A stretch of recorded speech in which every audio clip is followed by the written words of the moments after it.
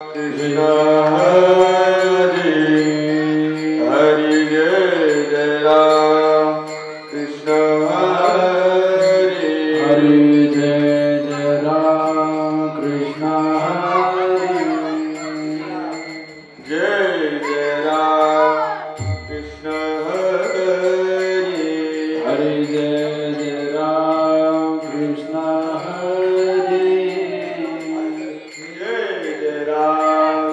Krishna Hari Hari Jai Jai Ram Krishna Hari Hari Jai Ram Krishna Hari Hari Jai Ram Krishna Jai Jai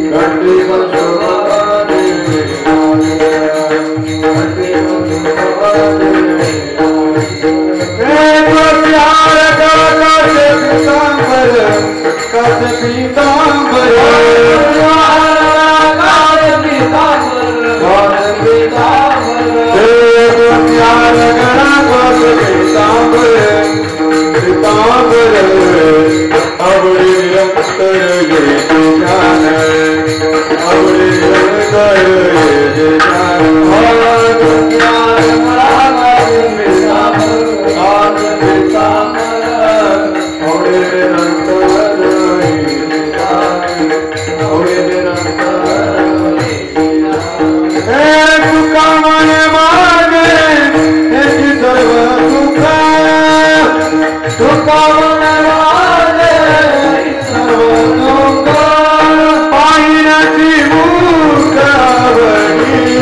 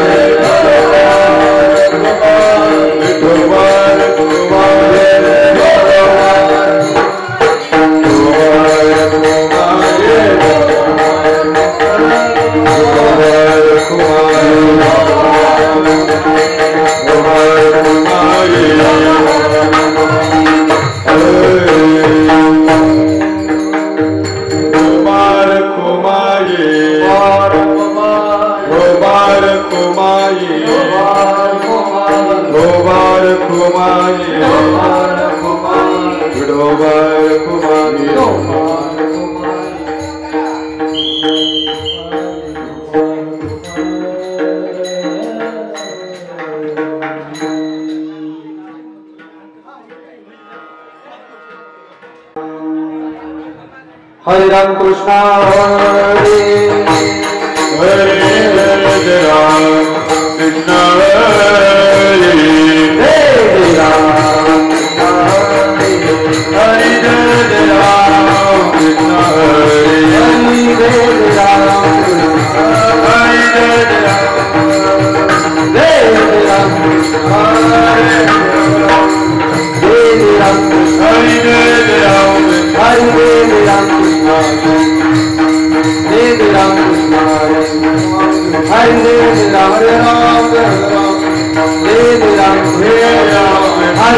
Hare Hare Ram Hare Ram Krishna Hare Hare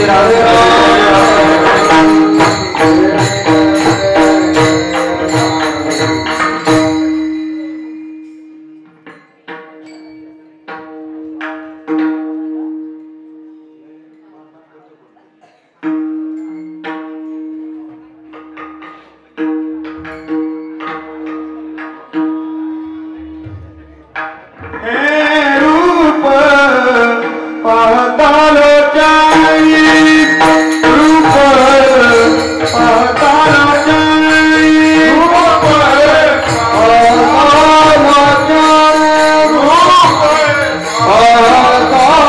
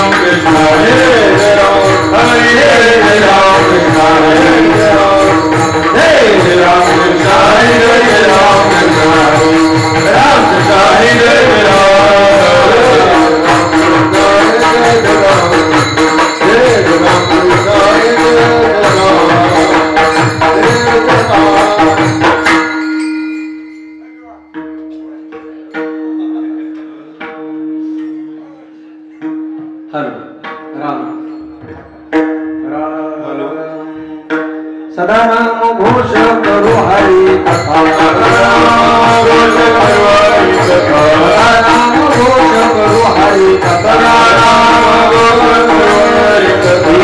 सदा चित्त समाधान तेरे सदा चित्त समाधान तेरे सदा चित्त समाधान सदा नाम घोष करो हरि कथा सदा नाम घोष करो हरि कथा नाम घोष करो हरि कथा सदा चित्त समाधान सदा चित्त समाधान सर्व सुख जानो सर्व अलंकार सर्व सुख जानो सर्व अलंकार आनंद निर्भर दुलत आनंद निर्भर दुलत आसो आईसा पूर्ण आसो आईसा पूर्ण आठवती आसो आईसा पूर्ण आठवती सविधि भोग तेरे सविधि भोग तेरी सविधि भोग सर्व सुख जानो सर्व सुख जानो सर्व सुख जानो सर्व अलंकार आनंदी निर्भर दुर्लभ आनंदी निर्भर दुर्लभ कामने आसे भालो आमे रोग कामने आमे भालो आमे भालो कामने आमे भालो लाभ मेरे पाप पुण्य पाप पुण्य लाभ मेरे पाप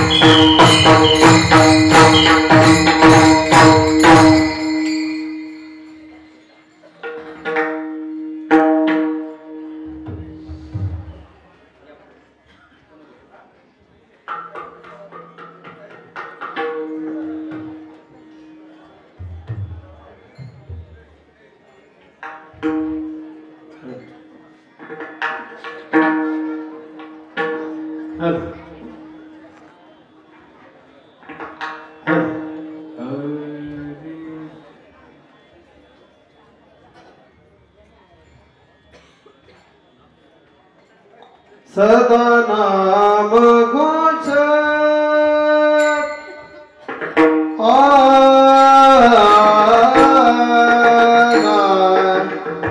सदा नाम घोष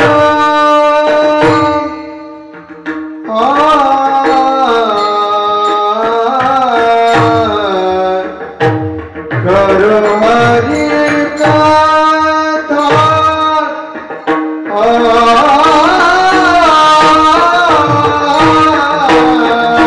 सदा नाम घोष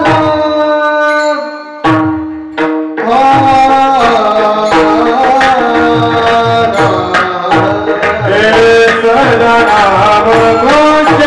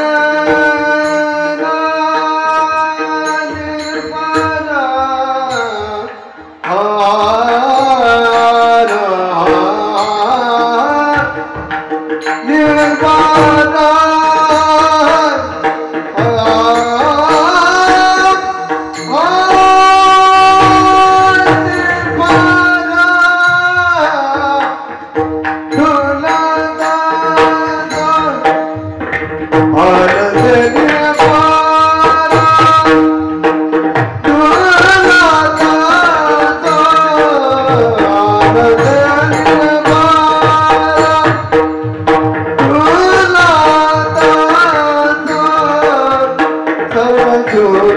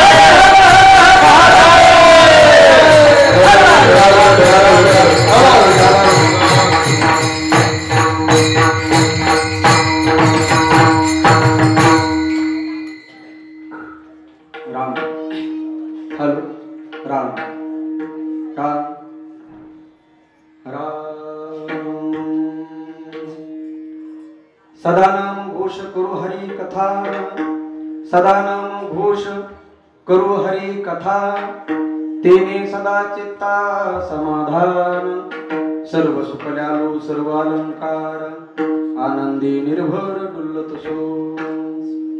असो ऐसा कोठे आठवची नाही, असो ऐसा कोठे आठवची नाही, देहीच विदेही भोगदशा, सर्व सुखल्यालो सर्व अलंकार, आनंदी निर्भर डुल्लत सो.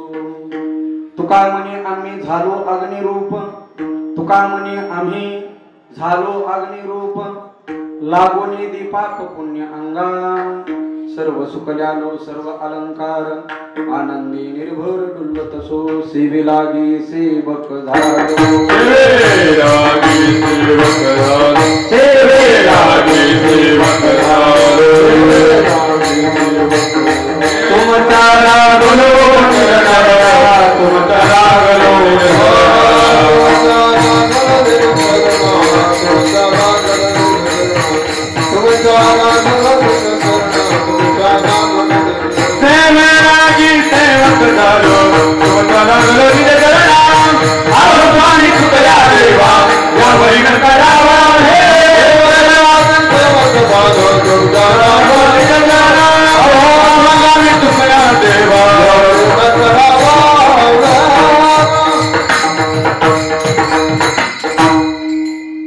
सेवेलागी सेवक झालो, तुमच्या लागलो निज चरणा, अहो स्वामी तुकया देवा टटंटं, यावरी न करावा अभि.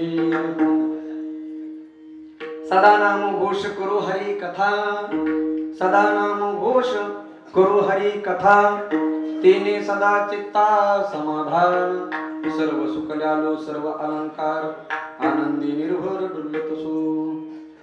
विश्व चैतन्य भगवान श्री ज्ञानोबराय, वैराग्य भास्कर जगद्गुरु तुकोबराय तसेच भगवान परमात्मा यांच्या चरण नतमस्तक सेवेला सुरुवात करतो. या कीर्तन रूपी सेवेसाठी निवडलेला अभंग जगद्गुरु जगदवंदनीय श्री संत श्रेष्ठ वैराग्याचे मूर्तिमंत पुतळे, अखिल विश्वाचे परमार्थ प्राण जगद्गुरु श्री तुकोबार यांचा 4 चरणाचा मृत्यू लोकातील समस्या मनुष्य जातीला समाधान प्राप्त करून देणारा असा अभंग आहे. तुकोबार म्हणतात तुम्हाला या मृत्यू लोकांमध्ये समाधान पाहिजे असेल, सुख पाहिजे असेल, आनंद पाहिजे असेल तर तुम्ही एक काम करा, सतत त्या भगवान परमात्म्याचं नामस्मरण करा. तुम्ही सतत त्याचं नामस्मरण केलं तर तेने सदा चित्ता समाधान, तुम्हाला सतत समाधान प्राप्त होईल. आम्ही त्याचं नामस्मरण केलं, त्याची कथा केली, त्यामुळे आम्हाला समाधान प्राप्त झालं. का हो तुकोबाराय, त्या समाधानाचं स्वरूप नेमकं कसं आहे, किती टोकाचं समाधान प्राप्त झालं तर तुकोबाराय म्हणतात अगदी त्या समाधानाचे नाम सर्व सुखाचे अलंकार आम्ही आमच्या शरीरावरती परिधान केले. एवढं सुख प्राप्त झालं की ते सुख अंगावरती परिधान करून आम्ही त्याच्या आनंदामध्ये नाचू लागलो, डोलू लागलो, आनंदी निर्भर डुल्लत असो. आणि अशी आता आम्हाला अवस्था प्राप्त झाली, त्या आनंदामध्ये देहापासून आम्ही वेगळे झालो, म्हणून देहीच विदेही भोगदशा, देहामध्ये राहून देहापासून वेगळी अवस्था प्राप्त झाली. त्यामुळे आता आमच्या देहाला कुठल्याही प्रकारचं पाप लागत नाही, कुठल्याही प्रकारचं पुण्य लागत नाही. का? आम्ही अग्निरूप झाल्यामुळे आमचं कर्म संपलं, आणि कर्म संपल्यामुळे लागू निधी पाप पुण्य अंगा, असा या अभंगाचा आशय विठ्ठला.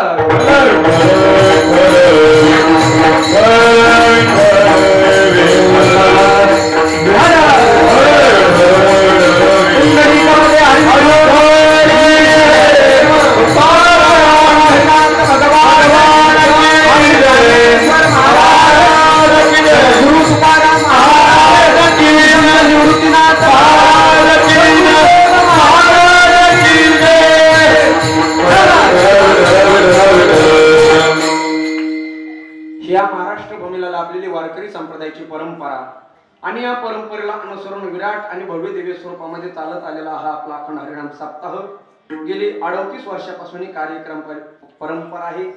प्रतिवर्षाप्रमाणे याही वर्षी समस्त मंडळींच्या सहकार्याने ग्रामस्थांच्या वतीने या कार्यक्रमाचे आयोजक, नियोजक, संयोजक सर्वांच्या वतीने या कार्यक्रमाला भव्यतेचा आणि दिव्यतेचं स्वरूप प्राप्त झालेला आहे. आपलं तीर्थक्षेत्र गाव आहे बघा, मी नेहमी सांगत असतो नाशिक जिल्हा हा भगवान परब्रह्मचंद्राच्या पदस्पर्शाने पावन झालेली भूमी आहे. या भूमीतील माणसांना परमार्थ करावा लागत नाही, परमार्थ आपोआप घडून निघत असतो. कारण पहिलं हिंदू धर्माचं सर्वात मोठं देवस्थान भगवान परब्रह्मचंद्राच्या पदस्पर्शाने पावन झालेली भूमी, आणि दुसरं म्हणजे वारकरी संप्रदायाचं अधिष्ठान आपल्या नाशिक जिल्ह्यापासून आहे. अर्थात संत सम्राट ज्ञानेश्वर माऊलीचे गुरु आणि थोरले बंधू श्री संत निवृत्तीनाथ दादा यांच्या पदस्पर्शाने पावन भूमीने पवित्र झालेली भूमी आहे. आपल्याला परमार्थ करावा लागत नाही. दादा निवृत्तीनाथ दादाच्या समाधीचा वारा जरी तुमच्या नाकातून हृदयात गेला ना तरी सुद्धा तुमचं हृदय पवित्र झाल्याशिवाय राहणार नाही. एवढी मोठी ताकद त्या वायूमध्ये आहे. अशी पुण्यक्षेत्रातील आपण माणसं आहात आणि या पुण्य पावन क्षेत्रामध्ये गेले 38 वर्षापासून चालत आलेला आपला अखंड हरिनाम सप्ताह आदरणीय श्री हरिभक्त पारायण आपल्या पंचक्रोशीचे वैभव त्यांनी त्यांच्या काळामध्ये परमार्थ जिवंत ठेवला. श्री हरिभक्त पारायण शिवराम महाराज अंबुजी मस्कर यांच्या प्रेरणेने आणि समस्त साधू संतांच्या मार्गदर्शनाखाली या कार्यक्रमाला भव्यतेचं आणि दिव्यतेचं स्वरूप प्राप्त झालेले आहे. आजची 4थ्या दिवसाची कीर्तनरूपी सेवा माझ्या सद्भाग्याने माझ्याकडे आलेली आहे. त्याबद्दल या कार्यक्रमाचे आयोजक नियोजक संयोजक समस्त ग्रामस्थ मंडळी समस्त कार्यक्रम कमिटी मंडळी समस्त कीर्तनाचे सेवेकरी मंडळी सर्वांना कोटी कोटी धन्यवाद देतो. आज उपस्थित सर्वच गावातील बाहेरगावून आलेली महाराष्ट्रातून आलेली दिग्गज गायनाचारी मृदंगाचारी मंडळी आहेत. यांच्यासाठी एकदा जोरदार टाळ्या वाजवा. बालगोपाल मंडळ आहेत. वयस्कर बाबापासून ते मला वाटतं पहिल्या दिवशीचे कीर्तनकारापर्यंत आहे का नाही आहे का यांचंच होतं. मोठे पण आहे महाराज. एक कीर्तनकार दुसऱ्या कीर्तनामध्ये टाळ घेऊन उभा राहतो. ही आदत पाहिली मी. आज एकामेकाचं कीर्तन ऐकायला कोणी तयार नाही. महाराज या ठिकाणी उपस्थित आहेत. महाराजांना सुद्धा कोटी कोटी धन्यवाद. ज्यांनी या ठिकाणी सुंदर अशी पहिली चाल गायली ज्यांनी समोर चाल गायली आदरणीय श्री हरिभक्त पारायण संगीत विशारद आपल्या परिसराचा वैभव संदीप महाराज गुंजा महाराज देखील या ठिकाणी उपस्थित आहेत. महाराजांना कोटी कोटी धन्यवाद. त्यांना तोला मोलाचं ज्यांनी सहकार्य केलं आमचे परमश्री आपल्या परिसराचा वैभव आदरणीय श्री हरिभक्त पारायण संगीत अलंकार भास्कर महाराज कानव महाराज देखील या ठिकाणी उपस्थित आहेत. महाराजांना सुद्धा कोटी कोटी धन्यवाद. इंद्रोवती मृदंगम ले जे सुकुमारा कीर्तनी ते कुमारा दोन्ही मृदंग वादक संगीत विशारद मृदंग अलंकार आदरणीय श्री हरिभक्त पारायण आमचे परमश्री सकाळपासून 3 फोन झाले तुमचे श्री हरिभक्त पारायण मयूर महाराज पांडे महाराज देखील आलेले आहेत. महाराजांना सुद्धा कोटी कोटी धन्यवाद. दुसरे मृदंग वादक आदरणीय श्री हरिभक्त पारायण विश्वास महाराज मृदंगाचार्य महाराज देखील या ठिकाणी उपस्थित आहेत. महाराजांना सुद्धा कोटी कोटी धन्यवाद. राजाराम या परिसराचं वैभव आहे का नाही. आता सगळी बोराडीच कंपनी पासूनची कार्यक्रमाची परंपरा आजचा सेवेसाठी चौथा दिवस माझ्याकडे आलेला आहे. अभंग देखील 4 चरणात आहे. अभंगातील भाव अत्यंत विशेष मधुर आणि गोड आहे. तुकोबराय प्रस्तुत अभंगाद्वारे मृत्यू लोकातील समस्या मनुष्य जातीला आपल्याला जे पाहिजे ते समाधान प्राप्त करून देतात.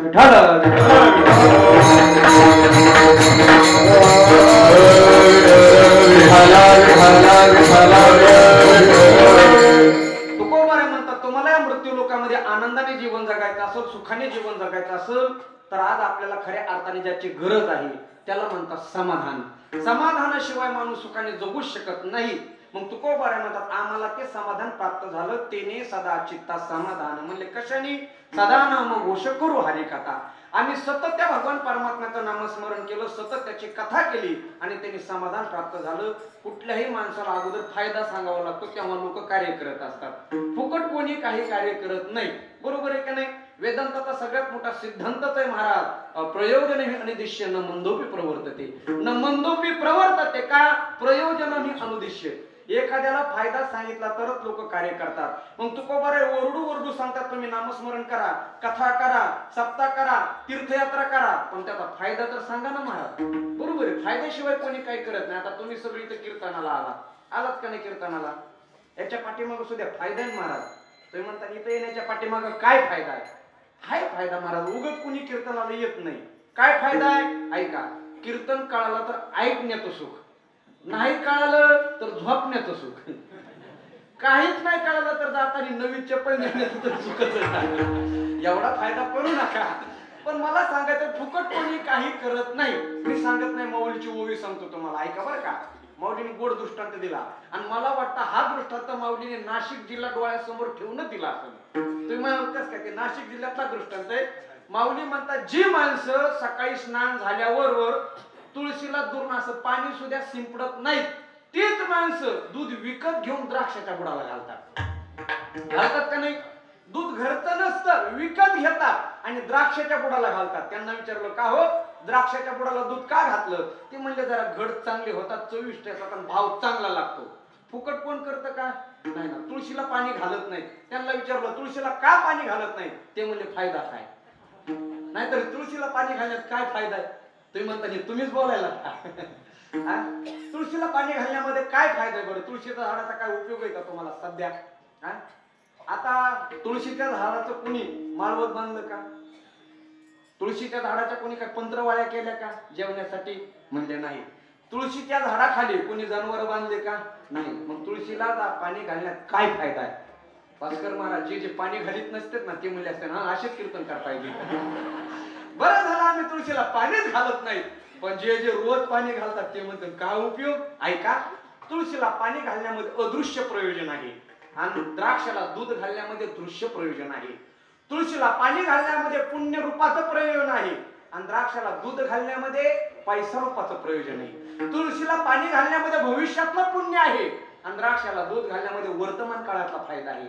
फायद्याशिवाय कोणी काय करत नाही. आता ओवी ऐका, माऊली म्हणतात तुळशीची या झाडा दुरुणी न शिंपे शिंतोडा ती द्राक्षाची या बुडा दुतची घालीची. का? फायद्याशिवाय कोणी काय करत नाही. मग तुकोबाराला विचारलं का हो तुकाराम महाराज, तुम्ही रोज सांगता नामस्मरण करत जा, कथा करीत जा, कीर्तनला जात जा, पण फायदा सांगितला नाही. तुकोबाराय म्हणतात त्याचा सगळ्यात मोठा असा फायदा आहे, जी गोष्ट जगाच्या बाजारात कुठं भेटत नाही ती गोष्ट इथं भेटते आणि त्याला म्हणतात समाधान. जगाच्या बाजारामध्ये समाधान कुठंच भेटत नाही महाराज, इथंच भेटतं. मी सांगत नाही, माऊलीची ओळी सांगतो ऐका. माऊली म्हणतात तैसे हरपले आपण आपे पावे, तै संता ते पाहता दिवसावे म्हणून वानावे ऐकावे तेची सदा. का बरं? तेच वानावं तेच ऐकावं, परमार्थ मार्ग संतांनाच विचारावा. का? आपलं हरवलेलं सुख आणि समाधान इथं सापडतं.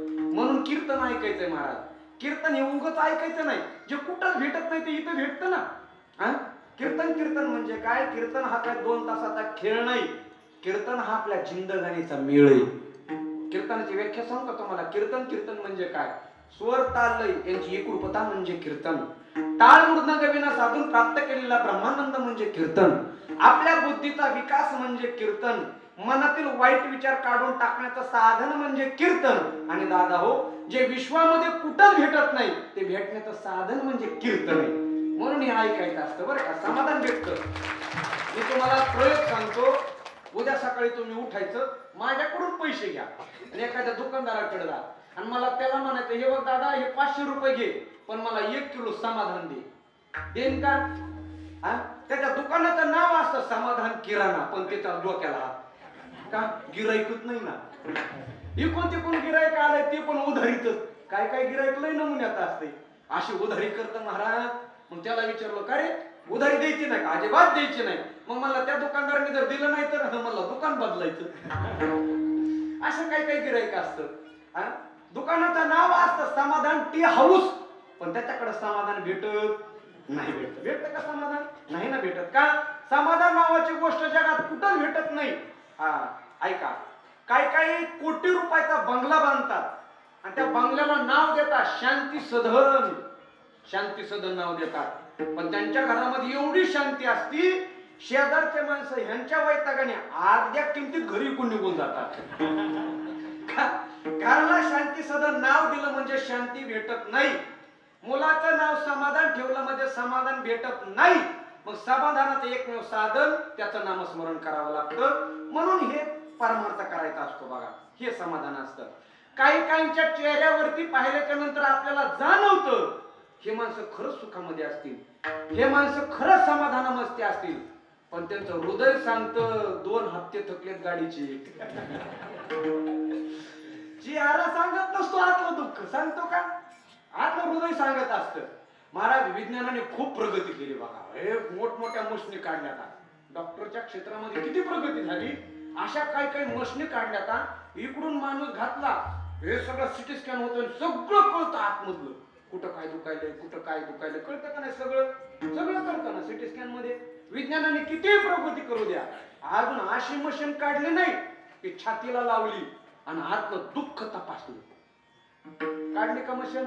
आणि जर अशी मशीन निघली ना महाराज, त्याच्या दुःखाच्या ठोक्याने मशीनच जुळून जाईल.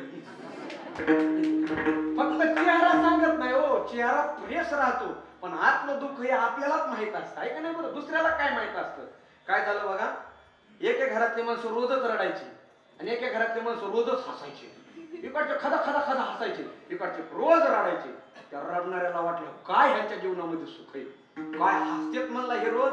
त्या रडणाऱ्याने हसणाऱ्याची भेट घेतली. म्हणजे का हो तुमच्या जीवनामध्ये काय आनंद आहे, काय सुख आहे? ते म्हणले तुला कोण म्हणलं सुख आहे? मग ते म्हणला हसता का? ते म्हणला त्याचं कारण असं आहे, माझी बायको मला लाटणं फेकून मारती, लागली तर ती हसतील, हुकलं तर मी हसतो. कोण म्हणलं सुख आहे? आपला भ्रम असतो. आपला भ्रम काय? आपल्याला वाटतं हेच बरं तेच बरं. बरं कुणाचंच नाही महाराज. इथं माऊलीची ओवी सांगू का? ओवीशिवाय बोलायचं नाही. माऊली म्हणतात एका कुळवान स्त्रीचं लग्न झालं. दुर्दैवाने तिचा नवरा दिवसातून 2 वेळेला काठीने मारायचा, सकाळ संध्याकाळ सकाळ संध्याकाळ. कोण नांदला असल्या नवऱ्यापाशी? त्या स्त्रीने तो नवरा सोडून दिला आणि दुसरा नवरा केला. आता हा जो दुसरा केलेला नवरा आहे ना, ह्यो दिवसातून 4 वेळेला मारायचा. ओवी ऐका ओवी.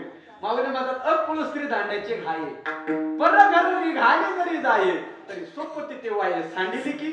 अगं वेडे मार दुप्पट झाला ना, समाधान कुठं भेटलं? आपल्याला वाटतं हे केलं की समाधान प्राप्त होईल, ते केलं की समाधान प्राप्त होईल, पण सतत टेन्शन. महाराज आज टेन्शन कोणाला नाही. 5वीचे पोरं आत्महत्या करायला प्रवृत्त होतात. 5वीचे. तुम्हाला एक प्रश्न विचारतो, ऐका बरं, खरं उत्तर द्या. मनुष्यजात आत्महत्या करायला केव्हा प्रवृत्त होते बरं? पैसा कमी झाल्याच्या नंतर का समाधान कमी झाल्याच्या नंतर? झोपले काय? बोला बोला. पैसा कमी झाल्याच्या नंतर अनेक मार्ग आहेत कमवण्याचे, पण हृदयाचं समाधान कमी झालं. किती प्रॉपर्टी असलं की माणूस जगूच शकत नाही, ज्याची आज खऱ्या अर्थाने गरज आहे. सतत टेन्शन आहे माणसाच्या जीवनामध्ये, सतत टेन्शन. टेन्शन टेन्शन या शब्दाचा अर्थ माहिती आहे तुम्हाला? टेन्शन या शब्दाचा अर्थ सांगतो, ऐका.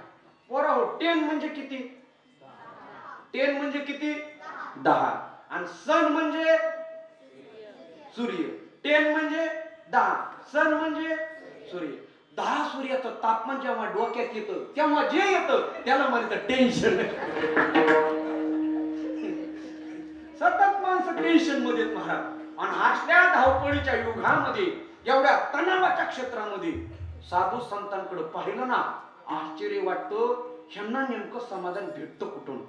मला त्या काळामध्ये अनेक लोकांना प्रश्न पडले होते. 16व्या शतकामध्ये अख्खी मनुष्य जात धावपत करत आहे सुखासाठी. आणि तुकोबाराकडे पाहिलं की सतत आनंद, सतत समाधान. तुकोबाराकडे पाहिल्याच्या नंतर लोकांना समाधान प्राप्त होत होतं. मग त्यांच्याकडे किती समाधान असेल याचा विचार करा. सतत सतत आनंदित राहायचे. बरं ऐका, व्यावहारिक दृष्टीने आपण ज्याच्या माध्यमातून सुख आणि समाधान करण्याचा प्रयत्न करत आलेलो आहोत, ती एकही वस्तू तुकाराम महाराजांकडे नव्हती बरं का. आपण व्यवहार करताना ज्याला समाधान म्हणतो ती एकही तुकोबार. आपण व्यवहारामध्ये कशाला समाधान म्हणतो? पैशाला, संपत्तीला. ते तर तुकाराम महाराजांकडे नव्हतंच ना महाराज. जाऊ पुढती भिके कुत्रे घर राखे.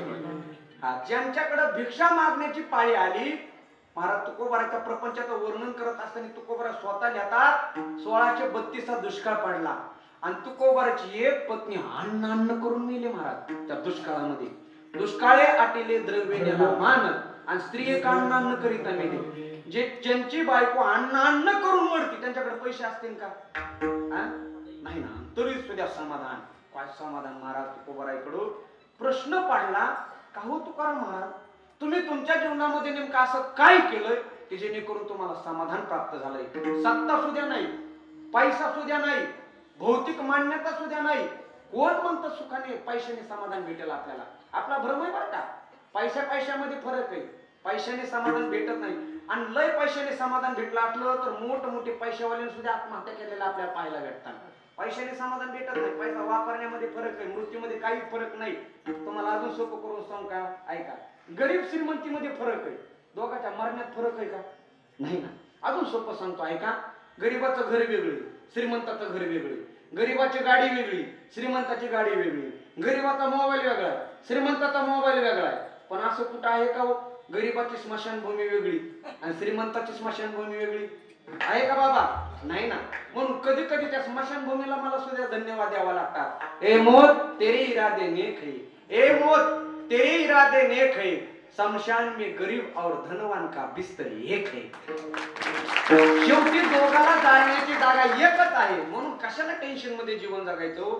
आणि पैशाने झोप लागत नाही दादा.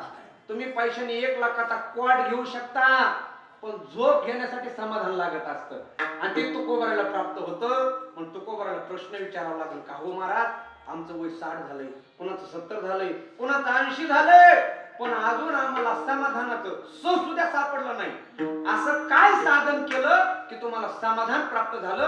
ते तुकोबारा अभंगाच्या पहिल्या चरणात सदनाम घोष करो हरि कथा, सदनाम घोष करो हरि कथा, सदनाम घोष करो हरि कथा, सदनाम घोष करो हरि कथा, सदनाम घोष करो हरि कथा, सदनाम घोष करो हरि कथा, सदनाम घोष करो हरि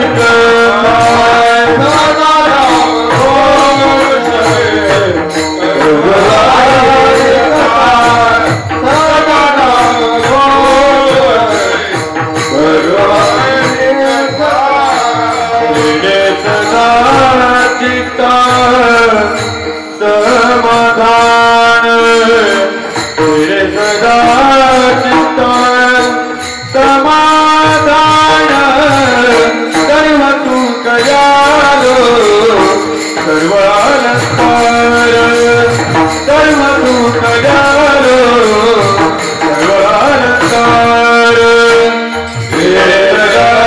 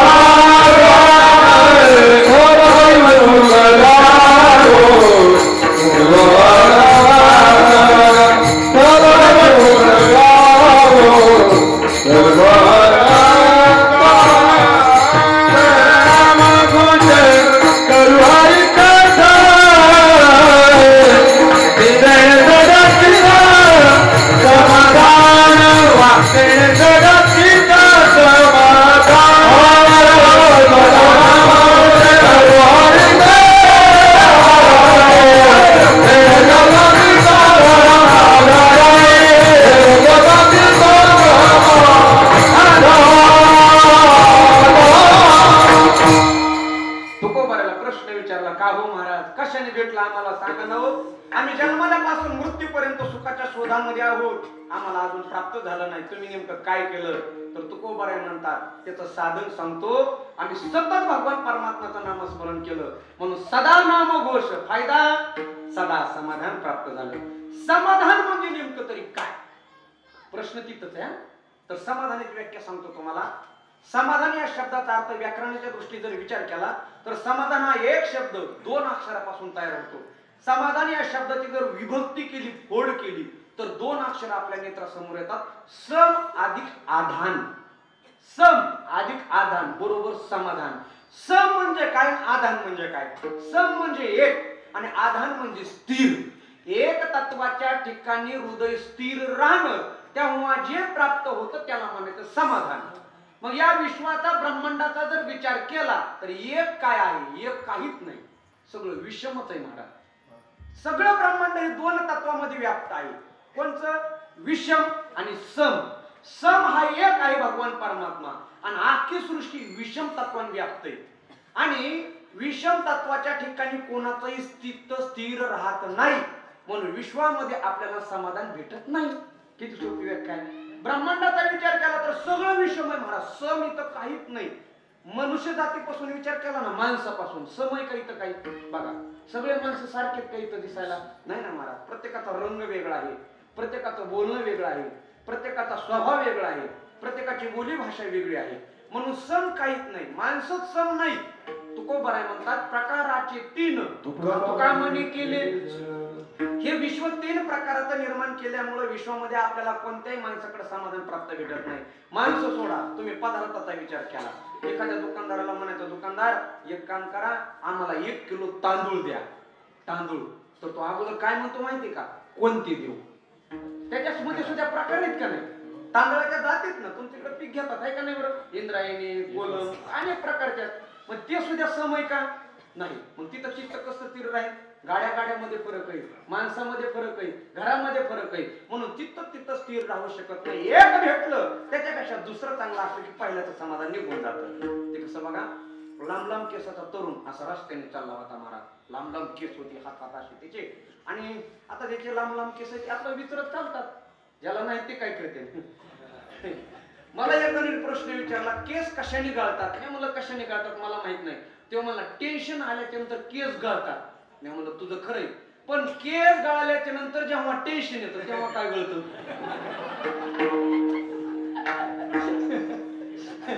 तेव्हा काय गळतं नेमकं? आणि मग असं लांब लांब केस, असे लांब लांब केस आनंदामध्ये, त्याच्याकडे पाहिल्याच्या नंतर असं वाटलं खरा समाधानी मनुष्य बरं का. काही टेन्शन लेस जीवन आपलं.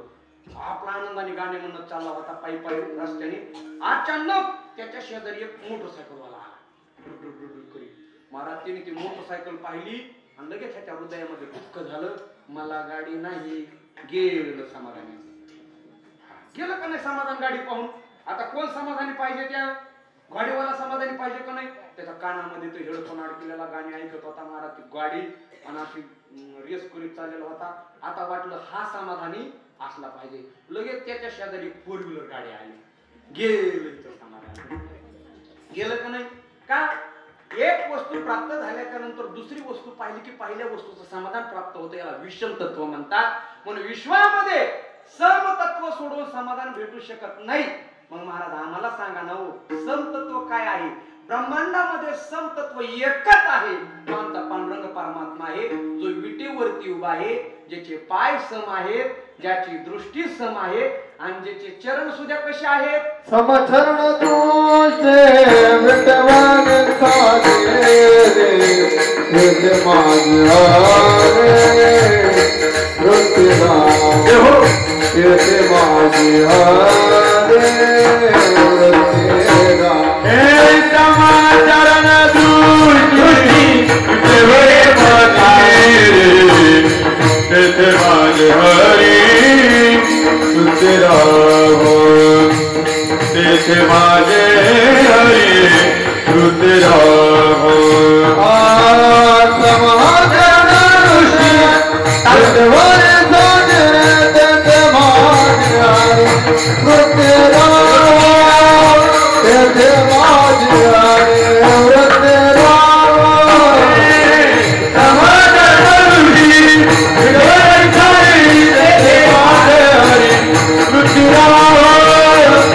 समाधान ऋषी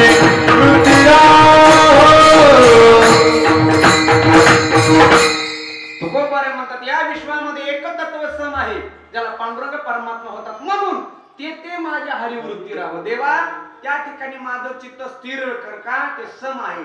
आणि सम अधिक आदान एजुकोट समाधान, आम्हाला ते समाधान प्राप्त झालं. म्हणजे कशाने? तर सदा नाम घोष करू हरी कथा. म्हणून नामस्मरण केलं पाहिजे, जेणे आपल्याला समाधान प्राप्त होतं. तुकाराम महाराज सांगतात नामस्मरण करा, असं सांगत नाहीत महाराज. ऐका हो म्हणले, हकारोनी सांगे तुका नाम घेता राहू नका. म्हणजे तुम्ही नामस्मरण करा. हरी हरी तुम्ही म्हणारे तेरे माया दळ तुटतील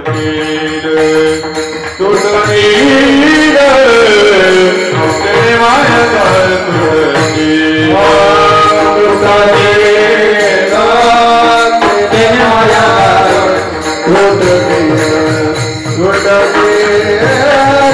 तेरे माया हरी हरी तुम्ही मनारे मनारे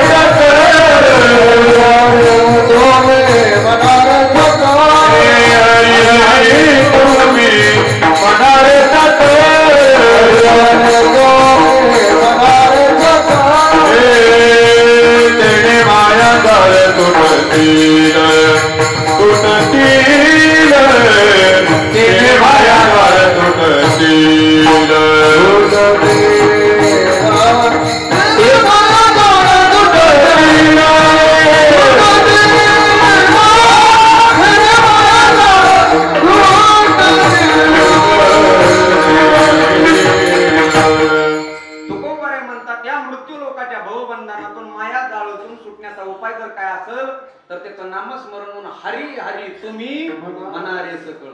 मला वाटतं तुकाराम महाराजाला सुद्धा कोणीतरी प्रश्न विचारला असेल, का हो महाराज हरी हरी तुम्ही हरी हरी म्हणा, आम्ही हा लोक असतात ना असे, आम्ही तुम्ही म्हणता का ना, का नुसतं सांगतात.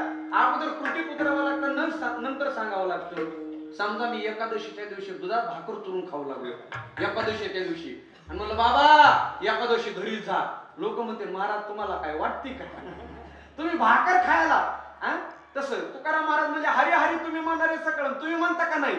तुकोबाराय म्हणतात आमचा तो धंदाच म्हणले दिनरदिने हाची धंदा, पण गोविंदाचे आम्ही म्हणत नाहीत, आमचा धंदा तोय म्हणले. आम्हाला रात्र न कळे दिवस न कळे, नकळे दिवस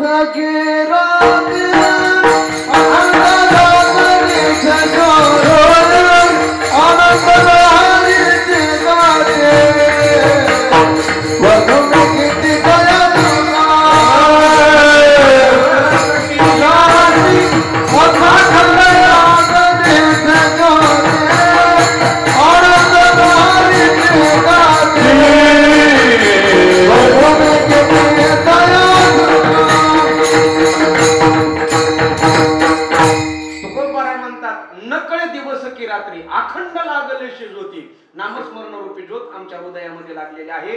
मग रात्र न कळे दिवस न कळे किंवा आम्ही नामाचे धारक नेनो प्रकार, आम्हाला दुसऱ्या प्रकाराची गरजच नाही. योग याग नाही, रिद्धी सिद्धी नाही, काहीच नाही. का न लगे जाणावे न लगे नेणावे, दुसरं जाणण्याची गरज नाही आणि दुसरं नेण्याची गरज नाही. नामस्मरण हा एकमेव धंदा आहे. ऐका, लहान मुलगा असतो, लहान मुलगा एक वर्षाचा मुलगा जरा, एका वर्षाच्या मुलाला काय कळतं का? काहीच कळत नाही महाराज. त्याच्यापुढे 500ची नोट टाकली काय, 1000ची टाकली काय, काहीच कळतं का? पण त्या लहान मुलाला काहीच कळत नाही असं पण नाही बरं का. त्याला एक गोष्ट कळते. काय कळते त्याला? त्याची आई कळते का नाही? त्या लहान मुलाला काहीच कळत नाही, पण काय कळतं? ते नुसतं दुसऱ्या स्त्रीच्या काकाला द्यावर कसं रडतं. त्याला काहीच कळत नाही, पण काय कळतं? आई कळण्यामध्ये त्याचं सगळं कळणे. त्याला बाकीचं कळण्याची गरजच नाही. का माऊली म्हणतात ऐका, आपली तहान भुकणीने ते निकेती माऊलीशीची करणे आणि तैसे अनुसरले मद प्राणी तया ते सर्व मी करी. त्याला आई कळाली ना, आता दुसरं कळण्याची गरज नाही. आपली तहान भुकणीने त्याला तहान लागली गरज नाही, भूक लागली गरज नाही. आई त्याला बळच खाऊ घालते. का? आई कळाली ना. हे लहान मुलाचं. आताच्या मुलं लय हुशार झालेत महाराज. या मोबाईल असे हुशार मुलं केले तर सगळं कळतं. चॅप्टर मला 1-1.5 तास कीर्तनाला जायची सवय. आम्ही असंच कीर्तनाला गेलो. तिथला तो घरचा मुलगा म्हणत होता पोगो बघत होता, पोगो टीव्हीवर. मला काय पोगो बघू वाटना. त्याला म्हणलं थोडं बातम्या लाव ना, क्रिकेट चालू आहे, लाव ना बातम्या. तेव्हा मला महाराज तुम्ही आलात कशाला? म्हणलं कीर्तन करायचं, गपचिप कीर्तन करायचं. म्हणलं 50% चार्जिंग माझी संपली तिथं. मी म्हणलं जाऊ आपल्याला काय करायचंय, आपल्याला काय करायचंय. 2 तास आता मला का पोगो बघू वाटतं का? मग त्याच्या माईने त्याला तेवढ्यात आवाज दिला. मी म्हणलं त्या तुझ्या माईने आवाज दिला. ते मला महाराज हरिमोट आणि तुम्ही मी परत ते काय बघायचे ते बघून घ्या. अर्धा तास तो गेला, पण मी अर्धा तास चॅनल बदलत होतो. मला काय चॅनलच बदललं नाही. अर्ध्या तासाने परत आला. मला चॅनल कसं काय बदलत नाही ते मला महाराज मी जाताना 2 शिल्लक काढून दिले. एवढी हुशार, लय बरं हुशार आहेत महाराज. मी रात्री कीर्तनामध्ये प्रश्न विचारला मुलांना, परीक्षा चालू आहेत ना 10वीच्या या सगळ्या. त्याला म्हणलं व्याकरण झालं का? म्हणला सगळं व्याकरण तयार आहे. बरं. मी म्हणलं शाळेत जातो का? म्हणला जातो. बरं. मी म्हणलं लिंगाचे किती प्रकार? ते म्हणला 4. मला वाटलं माझं कच्च काय म्हणून महाग सरकलो आणि मापायला लागलो. स्त्रीलिंग, पुल्लिंग, नपुंसकलिंग. मी म्हणलं 3च गाड्या. त्याला परत विचारलं खरं सांग लिंगाचे किती प्रकार? ते मला महाराज 4 म्हणतो. म्हणलं तर मला वाटायचं माझं चुकलं काय, कारण की भाषा तशी होती. मी परत मापलं स्त्रीलिंग, पुल्लिंग, नपुंसकलिंग. अरे म्हणलं 3च आहे का? नाही म्हणला महाराज 4च आहे. मी म्हणलं 4थं कोणतं सांग? ते मला असं सांगत नाही 100 रुपये द्या. मी म्हणलं जाते एकदा 100 रुपये, पण आपल्याला माहित होईल ना 100 रुपये काढले त्याच्याजवळ दिले. मी म्हणलं सांग बरं 4थं कोणतं? तो म्हणला डार्लिंग.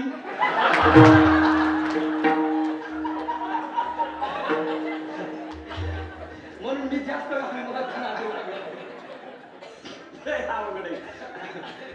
लहान मुलाला काहीच कळत नाही, पण आई कळण्यामध्ये जसं सगळं कळलं ना, तसं तुकोबाऱ्या म्हणतात आम्हाला काही कळत नाही पण आम्हाला नामस्मरण कळतं, म्हणून आता काहीच करायची गरज नाही. का? कारण नामस्मरण जगातलं सर्वश्रेष्ठ साधन आहे, म्हणून नामस्मरण करत जा. नाथ बाबा म्हणतात हरी बोला भांडता, हरी बोला भांडता, सर्व कार्य करिता हरी बोला. तुम्हाला जर राग आला ना कोणाचा राग, असे भांडण खेळ वाटले ना, भांडण कोणाबरोबर असा राग येऊन जायचा आणि त्याला म्हणायचं रामकृष्ण. काय होते बरं? शिवी द्यायची का नाही समोर? त्याला शिवी देतात का नाही लोक भांडणामध्ये? शिवीच्या ऐवजी म्हणायचं रामकृष्ण. हरी बोला भांडत, भांडताना हरी बोला म्हणजे ना, कारण हरी हा वारकरी संप्रदायाचा गाभा आहे. गाभा ज्याला पाया म्हणतात, गाभा म्हणतात किंवा खांब म्हणतात. हरी शिवाय वारकरी संप्रदाय अपूर्ण आहे. म्हणून अभंगामध्ये सुद्धा काय बघा, सदा नाम घोष करू. हरी शब्द आला का नाही बरं? हरी. आता हे जुने वयस्कर माणसं आहेत ना, त्यांना माहित असेल जुन्या काळामध्ये ना कुठलंही धान्य मळणी करण्यासाठी अगोदर खळ करावं लागायचं, आहे का नाही बाबा? केलं असेल तुम्ही. आता आमचं लय भारी झालं, आता इकडून पिंडी घालायची तिकडून पोत. त्यातले त्यात अशी सुविधा केली महाराजांची, इकडून पीठ टाकायचं तिकडून चपातीच, आहे का नाही? जुन्या काळामध्ये माता माऊलीला विहिरीवर पाणी आणायला जावं लागायचं, शेंदूर पाणी आणावं लागायचं. आता प्रगती झाली, विहिरीत मोटर टाकली, मोटरीचं पाणी दारात आलं. आलं का नाही? महिला त्याच्यापेक्षा हुशार झाल्या, त्यांनी त्या दारातला नळाला नळी लावली, डायरेक्ट खांड्यात पाणी घेतलं. आता फक्त ह्याच्यापेक्षा हुशार होऊ नका, पाहुणाला की नळीत देऊ नका, नाहीतर आला पाहुणा कॉक करू झाला. एवढी प्रगती करू नका मला. जुन्या काळामध्ये बघा धान्य मळणी करण्यासाठी खळ करायचे, आहे का नाही? आता खळ करणं म्हणजे का सोपं काम होतं का? ती जमीन अशी तुडवावी लागायची, आहे का नाही? मग ती जमीन तुडवण्यासाठी बैलाचं सहाय्य घ्यायचं. मग तो त्या खळ्याच्या मध्यभागी खांब रावायचा, त्याला आमच्याकडे तिवडा म्हणतात. तिवडाच म्हणतात का? हा, असा तिवडा रावला जायचा बघा. मग ते 4-5 बैल त्या तिवड्याला बांधायचे आणि ते दिवसभर बैल चालायचे बघा. ते कितीही दिवसभर चालले तरी फिरत होते कशाच्या भोवती? तिवड्याच्या भोवती. तसं वारकरी संप्रदायाचा तिवडा म्हणजे हरी. वारकरी संप्रदायातल्या कीर्तनकारांनी कितीही फिरू द्या, फिरत असताना हरीला विसरायचं नाही बरं का. म्हणून हरी हा शब्द लय महत्वाचा आहे. आपल्या सप्त्याचं सुद्धा नाव काय बघा, अखंड हरी. आलं का नाही? हरी आला ना? हरी. जाऊ द्या, वारकरी संप्रदायाचे जेवढे पण ग्रंथ आहेत सगळे ग्रंथाचं सार फक्त एका छोट्याच ग्रंथामध्ये आलंय, त्याचं नाव काय? आलं का नाही? तिथंच हरी हा गाभाय. म्हणून तुकोबाऱ्या म्हणतात सदा नाम घोष करू हरी कथा. त्या आम्ही हरीची कथा करू म्हणले, त्या हरीची कथा करू म्हणले करू, नामस्मरण करू. पण ऐका, 2 माणसाच्या मुखाला देवाचं नाम येत नाही बरं का. 2 माणसं तुम्ही म्हणताल कोणते? त्यांना तुम्ही किती सांगा नामस्मरण करा, हे करीतच नाही. कोण कोण? पहिला माणूस माऊलीच्या हरिपाठातला आणि दुसरा माणूस नाथ महाराजाच्या हरिपाठातला. पहिला माणूस पापी आणि दुसरा माणूस मूर्ख. आता प्रमाण सांगतो ऐका. माऊली म्हणतात ज्याने आयुष्यामध्ये पाप केलेला आहे किंवा पूर्वजन्मीचं पाप आहे ते माणसं देवाचं नामस्मरण करत नाहीत. तो नरक पापी आहे. पण कोणता? नामासी विनमुख. जो नामाला विनमुख झाला तो नर कसा आहे? पापी. आणि दुसरा नर हरिनय मुखासी. अरे एक मूर्ख असला पाहिजे. पापी माणसाला तुम्ही, आमच्या गावात एक म्हातारी होती, आता मेली ती म्हणून सांगायला माझी काय हिंमत, हे युट्यूबवर पाहिल्यावर गावात येऊन द्यायची ना मला. ती मेली आता बघा. 80 वर्ष जगली, 80 वर्षे. पण 80 वर्षामध्ये एकदा सुद्धा राम राम म्हणली नाही. तुम्ही म्हणतात तिकडच्या म्हातारीचं कशाला सांगायला, इथं लय म्हातारी की अजून म्हणत नाही. पण आमच्या म्हातारीचं मयूर महाराजाला विशेष होतं. तिला 2 पोरं, एकाचं नाव राम आणि एकाचं नाव श्याम. नाव कसे? राक्षसाचे का देवाचे? तो देवाचे. पण म्हातारी एवढी पापी. जर मुलाचं नाव घेतलं तर देवाचं नाव येईल म्हणून तिने टोपण नावं ठेवली. एकाला म्हणायची बाळ्या आणि एकाला म्हणायची पिंट्या. ते 2 जण माझ्याकडे आले, म्हणजे महाराज आम्ही लय पारमार्थ करतो, पण काय आमच्या माईचं पाप आहे की आमचं नाव सुद्धा घेत नाही. काही करा, पण एकदा म्हातारीच्या मुखातून राम राम आलं, आमचा पारमार्थ सफळ झाला. मी म्हणलं बरं, म्हणजे एक काम करा, या वर्षी आपल्या सप्त्यामध्ये पंगत घ्या. आणि मी म्हणलं बघा, पंगत दारात ठेवायची नाही, पंगत घरात ठेवायची. आज जुने वाडे असायचे बघा, वाडे 200-200 माणसं जेवायला बसायचे का नाही. आता 1 BHK पाहुणा आला की वाट्यावर. आता लय अवघड झालं. मग महाराज ते म्हणजे घेऊन पंगत घेतली आणि आम्हाला माहित होतं म्हातारी दारात बसलेली असते काठी घेऊन. सगळ्याला सांगितलं हे बघा त्यांच्या घरात जेवायला जाताना म्हातारीला राम राम घालायचा.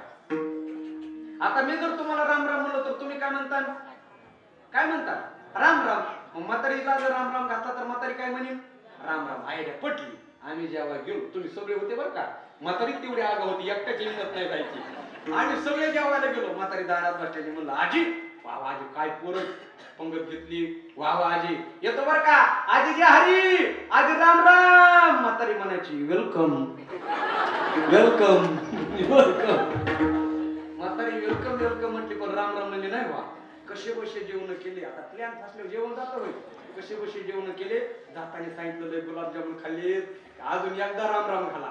बाकीचे म्हणजे आम्ही खालीत नाही, तूच घाल. म्हणलं खावलं खाल्लंय, आता घालावं लागेल. आजीला म्हणलं आजी काय पंगत केली पोराने, आजी भेटू पुढल्या वर्षी, आजी येतो बर का, आजी जे हरी, आजी राम राम. म्हातारी म्हणायची टाटा बाय बाय.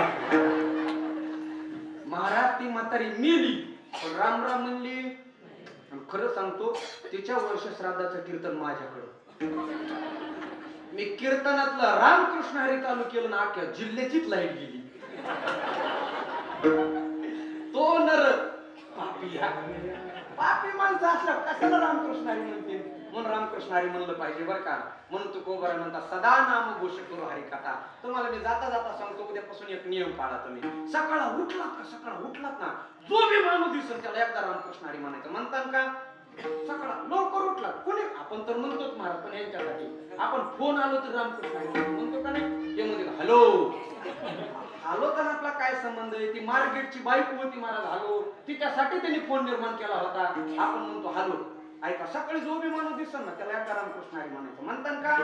सकाळी झोपेतून उठला बाईक दिसली की तिला म्हणायचं रामकृष्ण हरी. काय हरकत आहे का? पण हे म्हणते तंबाखू ठेवली रे. तुम्ही तंबाखूच मागा पण अगोदर म्हणा ए रामकृष्ण हरी तंबाखू कुठं ठेवली.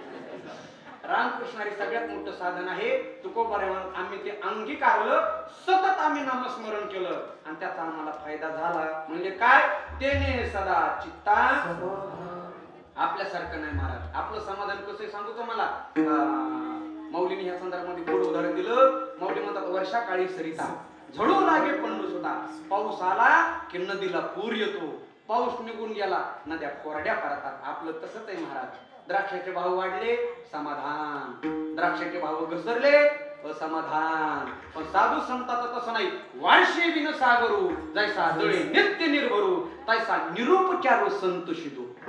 समुद्रामध्ये पाऊस पडला तरी पाणी वाढत नाही आणि पाऊस नाही पडला तरी पाणी कमी होत नाही. संतुष्ट सततम योगी याता होणार दृढ निश्चया. अशा प्रकारचं आम्हाला समाधान प्राप्त झालं. बरं म्हणजे महाराज, आता तुम्हाला जे प्राप्त झालं ना त्याचं स्वरूप कसं आहे, त्याचं ठाव ठिकाणा कसं आहे, ते किती टोकाचं आहे ते तुकोबार अभंगाच्या दुसऱ्या चरणात सांगतात. सर्व सुखल्यालो सर्व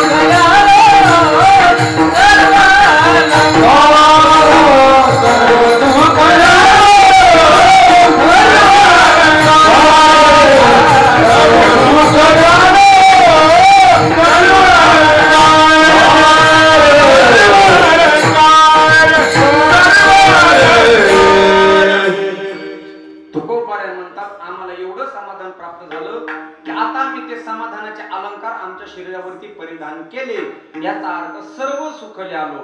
नुसतं सुखाचे नाही बरं का, सर्व सुखाचे. सामान्य सुख वेगळं असतं, पराकोटीचं सुख वेगळं असतं. सुखाचे माऊलीने ज्ञानेश्वरीमध्ये 3 प्रकार सांगितले बरं का, 3 प्रकार. यत्तदग्रे विषमी व परिणामी मृतोपमं तत्सुखम सात्विकम प्रोक्तम आत्मबुद्धी प्रसादजम. हे जे सुख आहे ना, याला सात्विक सुख म्हणतात. सात्विक सुख म्हणजे जे सुख उपभोक्तानी सुरुवातीला जरा बरं वाटतं, वाईट वाटतं, पण त्याचा परिणाम चांगला होतो. यत्तदग्रे विषमी व, सुरुवातीला विषासारखं वाटतं पण परिणाम अमृतासारखा होतो, त्याला म्हणायचं सात्विक सुख. या संदर्भामध्ये दृष्टांत, एखाद्या माणसाला पोटामध्ये आजार झाला, रोग झाला, अपेंडिक्स नावाचा म्हणा, कुठलाही पोटामध्ये गाठ आली, छोटीशी त्रास झाला, हे का नाही बरं. डॉक्टरकडे गेला, डॉक्टर म्हणले ऑपरेशन करून काढावं लागेल. आता ऑपरेशन करणं सुख आहे का दुःख आहे? झोपले काय? झोपलं इमानदार आहे. झोप एकटी कधीच येत नाही. तिच्या अगोदर तिची लहानी बहीण येते, तिचं नाव डुबली. ते नंतर मोठ्या बहिणीला बोलते, ताई तू ये बघा सांगायला ऐका बरं काय ऐका. ऑपरेशन करणं सुख आहे का दुःख आहे? दुःख आहे. ऑपरेशन करावं लागेल म्हणले, महाराज त्रास झाला हो, इथवर पोट फाडलं, की आतली गाठ काढली, किती त्रास आहे. पण जेव्हा ऑपरेशन सक्सेस झालं, तेव्हा काय प्राप्त झालं? त्याला सुख प्राप्त झालं. याला म्हणायचं सात्विक सुख. उपभोक्तानी त्रास, वर्षभर विद्यार्थ्याला अभ्यास करणं त्रास आहे, पण जेव्हा त्याच विद्यार्थ्याचा 1 नंबर येतो ना, तेव्हा जे सुख प्राप्त होतं त्याला म्हणायचं सात्विक सुख. 9 महिने 9 दिवस बाळाला पोटामध्ये वाढवणं त्रास आहे, डिलिव्हरीची वेदना त्रास आहे, पण तेव्हा ती माता माऊली बाळाचं मुख कमल पाहते ना, तेव्हा जे सुख प्राप्त होतं त्याला म्हणतात सात्विक सुख. माऊली म्हणतात, आगा स्वर्गीचे गोमटी आडव याग संकटी बाळांतपणे दाटाशी त्रास. सकाळी तो त्रास आहे, पण मुलाचं मुख कमल पाहिलं की स्वर्गासारखं सुख प्राप्त होतं, याला म्हणायचं सात्विक सुख. माऊलीने दुसरं सुख सांगितलं, राजसुख. जे सुख उपभोक्ताने जरा बरं वाटतं, पण याचा परिणाम मात्र वाईट होतो. गावामध्ये 4 व्हीलर गाडी आणली, 20 लाखाची गाडी आणली, 2 किलो पेढी आणली आणि पेढी वाटू लागला, घ्या मामा पेढा घ्या, मी 20 लाखाची गाडी आणली, अहो घ्या पेढा. शेजारी म्हणला, दादा गाडी घेतलीस त्याच्याबद्दल अभिनंदन, पण पेढा नको का, मी शुगरचा पेशंट आहे. जर पेढा खाल्ला तर परिणाम, अहो काय होतं एका पेढ्याने, 20 लाखाची गाडी आणली, तुम्हाला आमचा आनंद, अहो एका पेढ्याने काय होतं. लय आग्रह केला महाराज, आग्रहापोटी एकच पेढा खाल्ला, आणि पेढा खाताना कसा वाटला, गोड, पण एका पेढ्यानं हा येडाच झाला. का? शुगरचा पेशंट. परिणामी चांगलं वाटतं, सुख वाटतं, पण त्याचा परिणाम वाईट होतो. तुकोबाऱ्या म्हणतात, विषयाचे सुख येते वाटे गोड, पुढे अवघड यमदंड, पुढे अवघड यमदंड, पुढे अवघड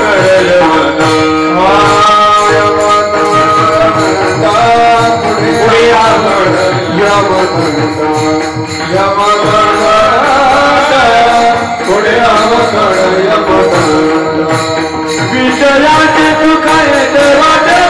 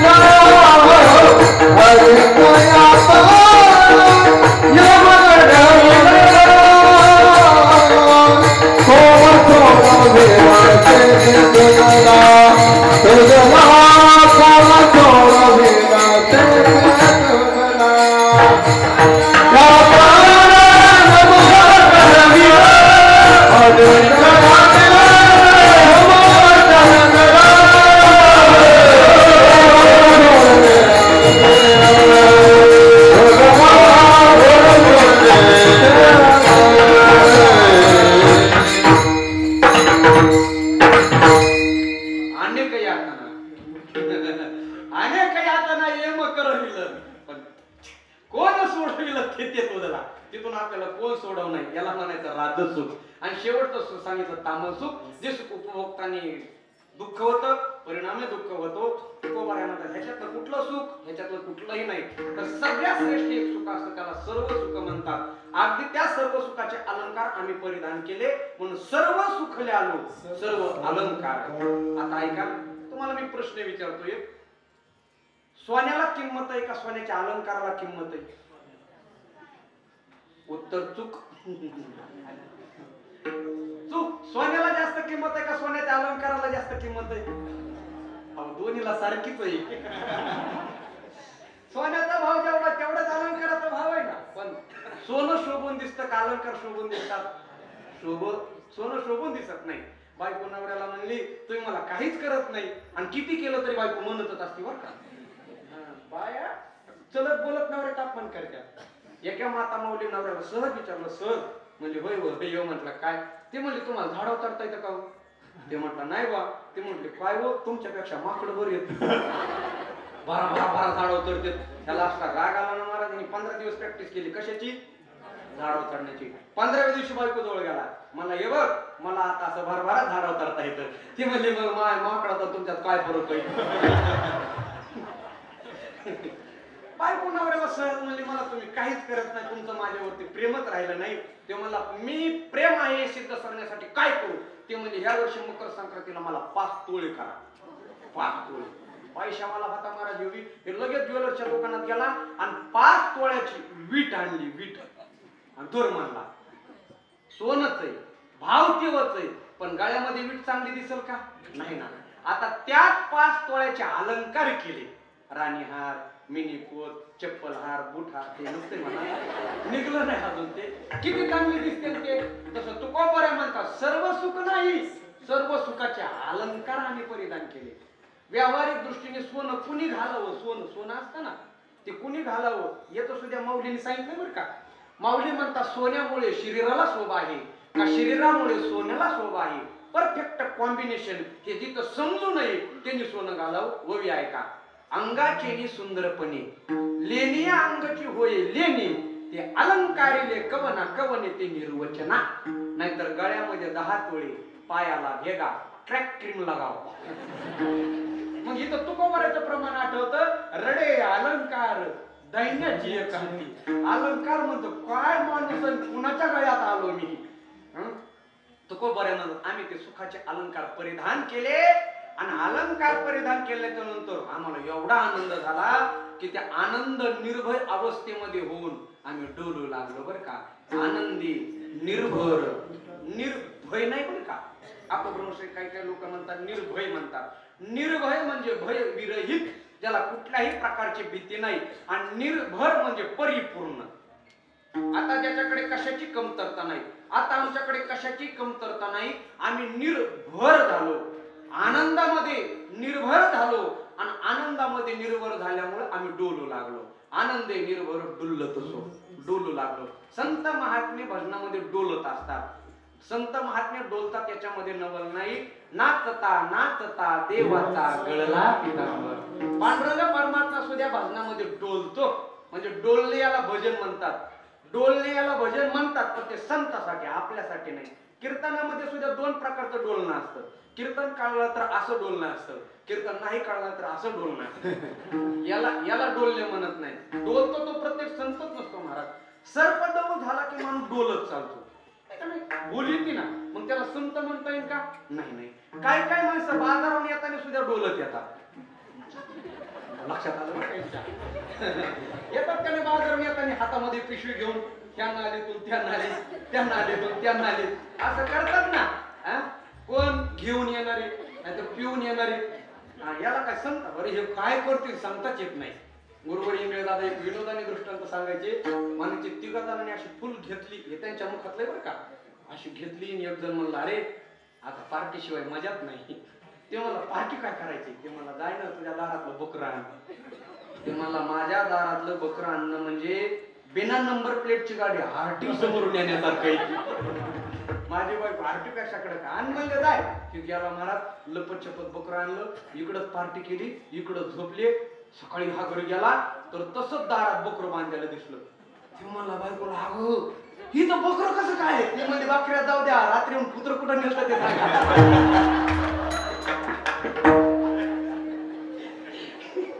हे डोलणाऱ्याचे प्रकार पण का याला संत म्हणत नाही. तो आनंदामध्ये डोलतो त्याला संत म्हणतात. तुकोबारायण म्हणतात आम्हाला तो आनंद प्राप्त झाला, त्या आनंदामध्ये डोलू लागलो, एवढं डोलू लागलो आता आम्ही देहभाव विसरून गेलो आणि आम्हाला विदेही अवस्था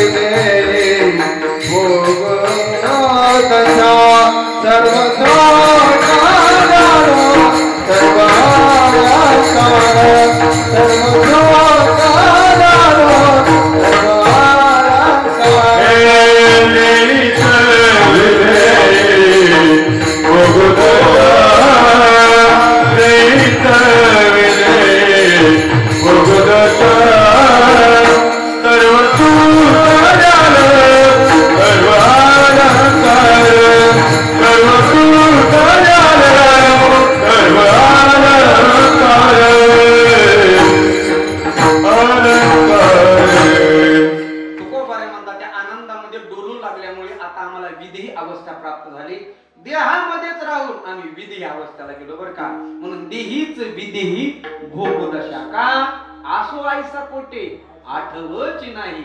आता आम्ही देहाच्या पलीकडे गेलो असे संत महात्म्याचं जीवन असतं. या संदर्भामध्ये माऊलीने दृष्टांत दिला. माऊली म्हणतात त्यांचं स्वरूप कसं आहे, तरी तो या देहावरी उदास आयुष्या परी आणि उखता जायचा बिडारी बैसला असे. बिडारी हा शब्द आहे. बिठारी म्हणजे राखणदार. तुम्ही पंढरपूरला दर्शनासाठी गेलात, चंद्रभागेमध्ये स्नान करण्यासाठी जात असताना तुमच्या बरोबर साहित्य कोणापाशी तरी ठेवता का नाही? मित्र एवढं सांभाळवर का? त्या मित्राला पक्का माहित असतं हे माझं नाही, पण सांभाळ करतो का नाही, याला म्हणायचं बिडारी. माऊली म्हणतात तसं संत महात्म्याला पक्का माहित असतं हा देह पंचमहाभूताचा आहे, पण आहेत तोपर्यंत त्याचा सांभाळ करतात. तरी तो या देहावरी उदास आयुष्या परी किंवा ते देह अभिमानी सांडुनी गुणकर्मे ओलांडुनी आणि साक्षीभूत होऊनी वर्तती देही.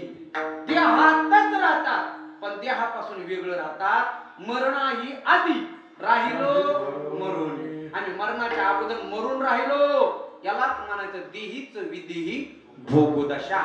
देहाचं तादात्म्य वेगळं आहे आणि देहाच्या संबंधाचं तादात्म्य वेगळं आहे. देहाचं मरण वेगळं आहे आणि देहाच्या संबंधाचं मरण वेगळं आहे.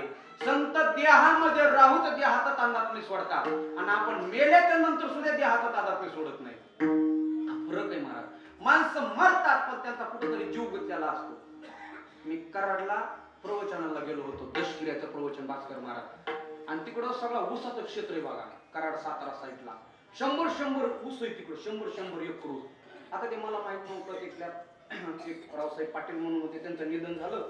मला फोन आला म्हणजे महाराज दशकिऱ्याचं प्रवचन पाहिजे आणि आळंदीला होतो. म्हणजे सगळ्यात सुरुवात माझी प्रवचनाची तिथून.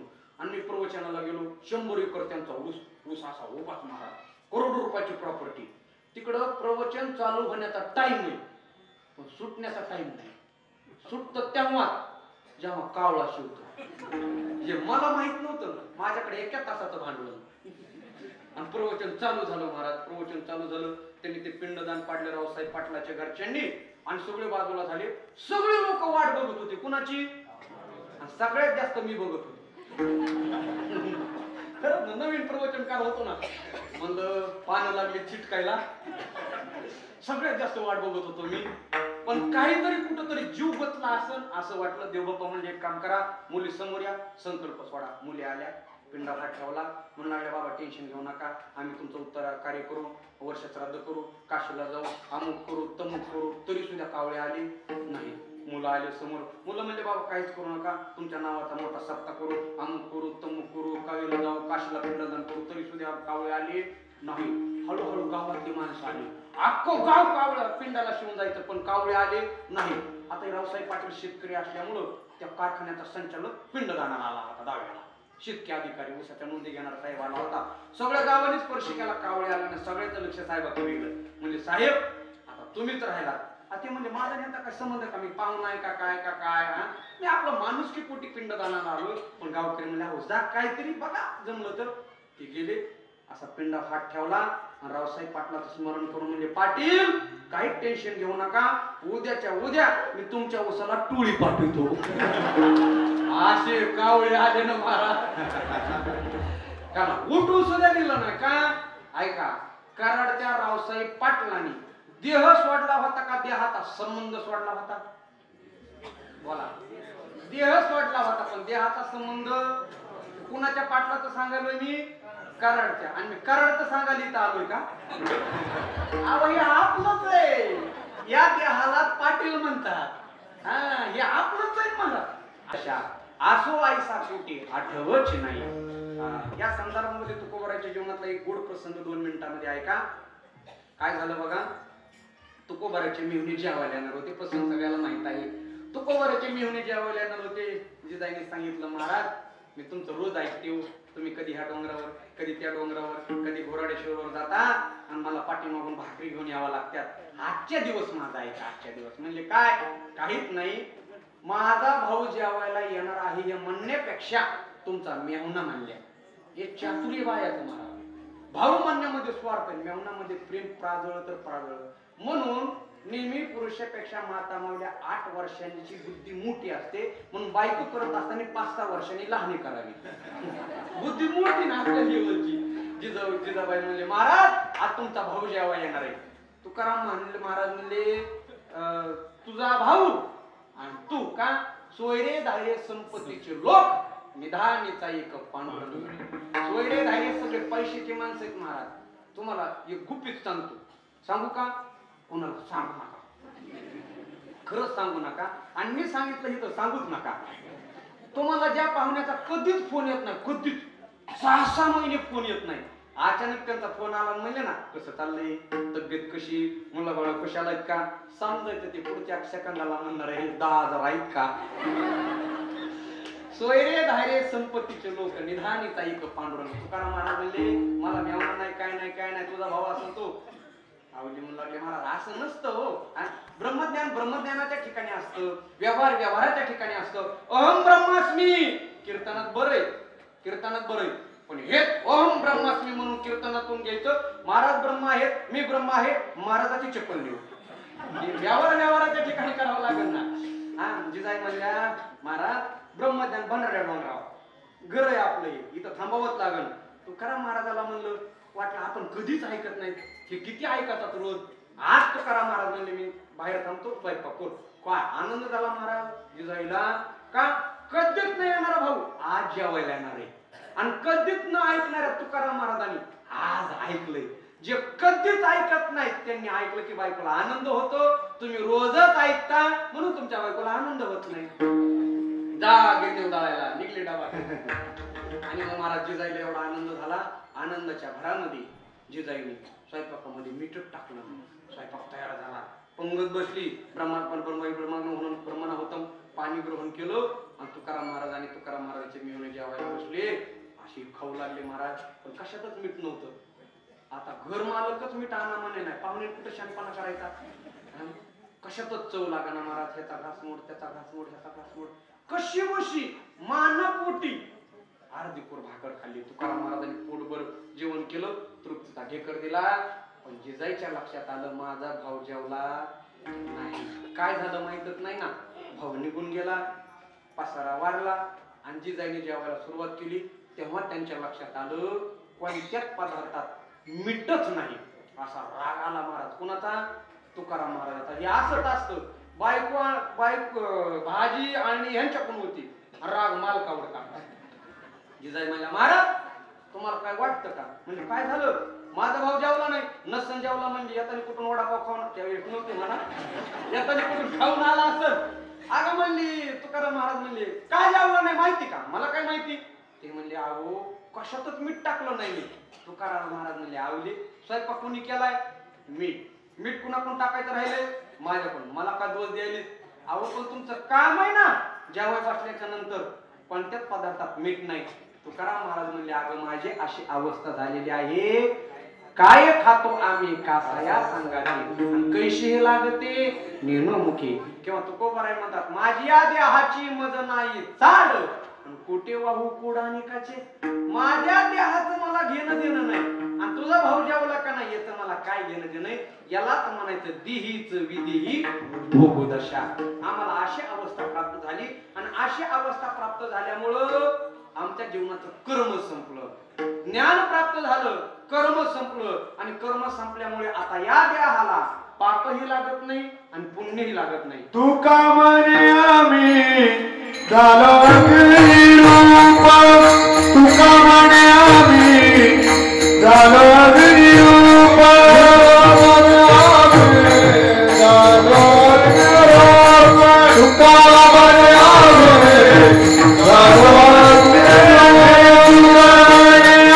झालो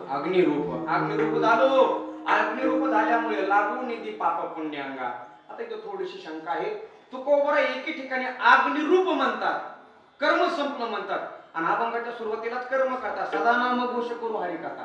नामस्मरण करणं कथा कर्म हे कर्म आहे आणि अग्निरूप होणं हे निष्कर्म आहे. कसं मेलेला माणूस कधी नामस्मरण करतो का? अग्नी डाग दिलेला माणूस आपण म्हणतो राम नाम सत्य पण जो जळायला लागलाय ते म्हणतो का राम राम नाही ना. मग तू कोण बरोबर अग्निरूप झालो म्हणजे नेमकं काय झालं? अग्नी या शब्दाचा अर्थ आहे ज्ञान. तू काय म्हणे आम्ही झालो ज्ञानरूप का? ज्ञानाग्नी दग्ध कर्माना. विश्वातले सगळे कर्म जाळून राख करण्याची ताकद फक्त ज्ञानामध्ये आहे. आम्हाला ते ज्ञान प्राप्त झालं. ज्ञान प्राप्त झाल्यामुळे आम्ही जे कर्म करतो ना ते पूर्व संस्काराने करतो, या देहाने करत नाही. पूर्वजन्मीचे संस्कार असतात. हे मी पुराव्याशिवाय बोलत नाही. व ऐका मुक्ताचे देह तैसे हालत चालत संस्कार वशे आणि ते तर लोक पिशे करता म्हणती. याला माऊलीने गोड दृष्टांत दिला. माऊली म्हणतात कुंभार दादा मडकं घडीतो बघा. मडकं घडवता वेळेस ते जे चाक असतं ना असं गर गर हाताने फिरवतो. फिरवल्याच्या नंतर त्या चाकात असा वेग होतो महाराज. मडकं घडून बाजूला काढलं तरी ते चाक फिरतच राहतं. काय? पूर्वगतीमुळे. का? कुलाले भांडे झाले. माऊली म्हणतात हा दृष्टांत कळाला नाही तुम्हाला चालू दृष्टांत सांगतो. तुम्ही 100च्या स्पीडने मोटरसायकल पळवली, पळवू नका मी सांगालोय मोटरसायकल पळवली 100च्या स्पीडने आणि अचानक तुम्ही तिचं स्विच बंद केलं, क्लच दाबला, गाडी न्यूट्रल झाली. गाडी थांबते का चालू राहते? चालू राहते. गाडी बंद आहे पण चालू आहे का नाही? कशामुळं? पाठीमागचा वेग असतो. तर संत महात्मे या देहामध्ये जरी कर्म करत असताना दिसले ना, या देहामुळे कर्म करत नाही, पूर्व संस्कारामुळे कर्म करतात. म्हणून मुक्ताचे देह तैशी हालत चालत संस्कार वशे संस्कारने कर्म करत असतात. आणि संस्कार कर्म सुद्धा दोन प्रकारचा आहे. हेतुकी कर्म आणि निर्हेतुकी कर्म. हेतू ठेवून केलेलं कर्माचं पाप पुण्य लागतं. तुम्ही कोणतं कर्म करा हेतू ठेवून केलं पाप पुण्य लागणार. पण निर्हेतुकी कर्म केलं की लागून येते पाप पुण्य आणला. त्याच्या अंगाला पापही लागत नाही आणि पुण्यही लागत नाही. पाप पुण्य सुद्धा समाप्त झालं. म्हणजे कशामुळं? सदा नाम घोष करू हरी कथा. आम्ही सतत नामस्मरण केलं, सतत त्याची कथा केली. म्हणजे महाराज मागापासून चाललंय नामघोष करू नामघोष करू. नेमका कोणता नामघोष करू? एकच नामघोष आहे. फक्त पुरुष मंडळीने असे 2 हात वर करायचे. अंधारातली तंबाखू द्या आता टाकून पुढे संपली हा केल्या हातावर फक्त कृष्ण मंडळी केलं ना हा मोठ्या प्रेमाने त्या भगवान परमात्म्याचं नामस्मरण करा विठोबा रखुमाई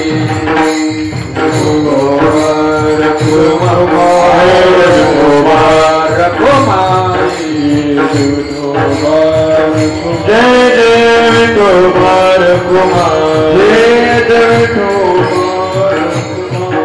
विठोबा रखुमाई विठोबा रखुमाई विठोबा रखुमाई जय विठोबा रखुमाई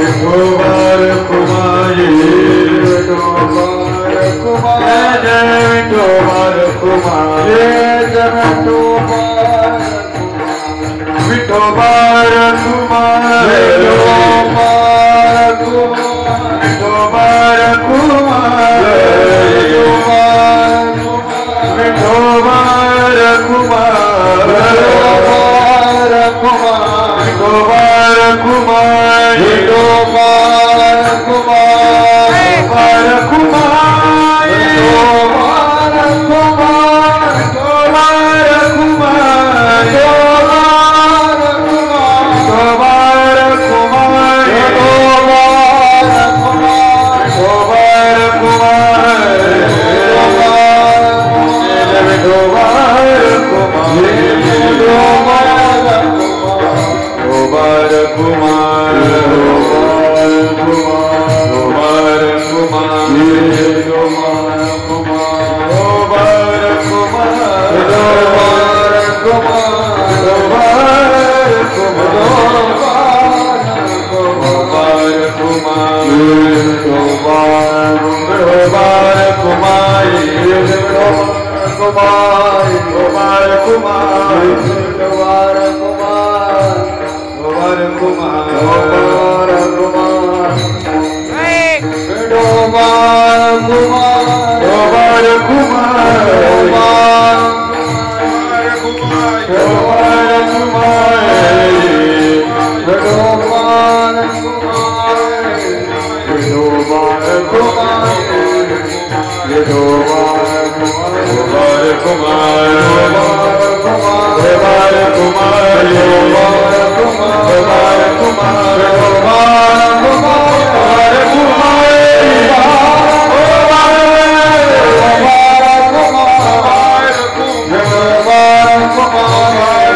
विठोबा रखुमाई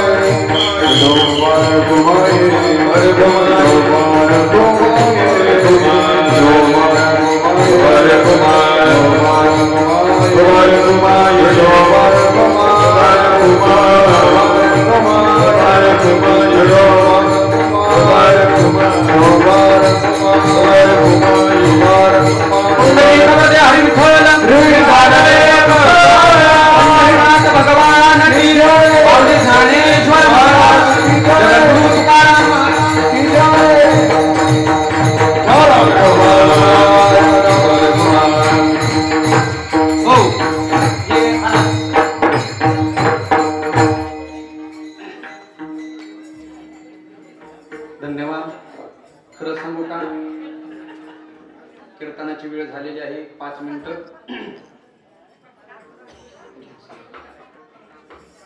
नीट बसा. भास्कर महाराज माझ्या लग्नात सुद्धा एवढे हार घातले नव्हते. एकच होता ते पण हळदीचा. खरंच धन्यवाद देतो. आपल्या सप्त्याची कमिटी फारच सुंदर आहे बघा. नियोजन दरवर्षी खरंच सुंदर असतं. माझी वेळ झालेली आहे पण आदरणीय प्रभाकर भाऊ म्हणजे काहीतरी वेगळं सांगा. गेल्या वर्षी मी तर इतिहास सांगितला होता अखंड भारत देशाचा. सगळ्यात लक्षात असेल. आज इतिहासातच एक छोटस पात्र सांगतो तुम्हाला जे काळाच्या पडद्याआड गेलेले आतापर्यंत आपल्या समोर कधी आलेलंच नाही म्हणून त्याला थोडासा उलगडा होईल म्हणून 5 मिनिटांमध्ये सांगतो. थोडस लक्ष देणं नाही का महिला मंडळी. नीट मांड्या का बरं एकदा नीट मांड्या का हा बसले ना आणि नीट लक्ष देऊ नाही का. तुम्हाला तुमच्या शेजारणीची शपथ त्या म्हणतात माय घातल्या सशी सासूची तरी घालायची की सासूची कसा घालील.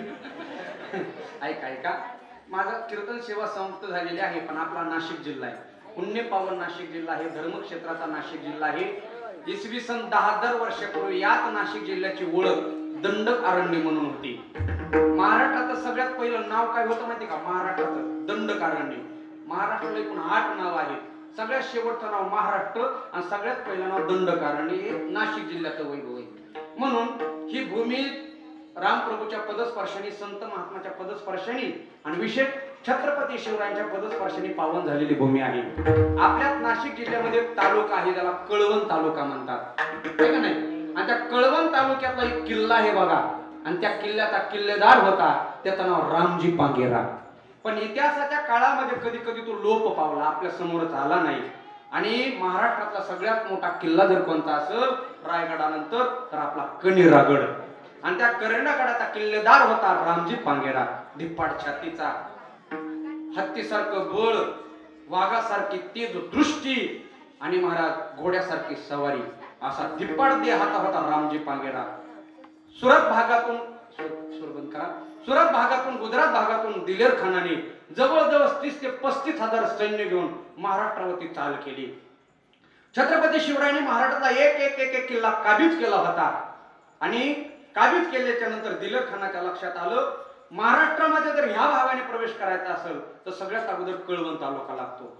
कळवण तालुका जर भेद पावला तरच आपण महाराष्ट्रामध्ये जाऊ शकतो. आणि पूर्ण ह्या परिसराची कामगिरी दिलेली होती कनेरागडासहित रामजी पांगेऱ्याकडे. ऐका, त्यावेळेला रामजी पांगेऱ्या फक्त 1000 मावळे होते आणि समोरून येणारं सैन्य 30,000 होतं.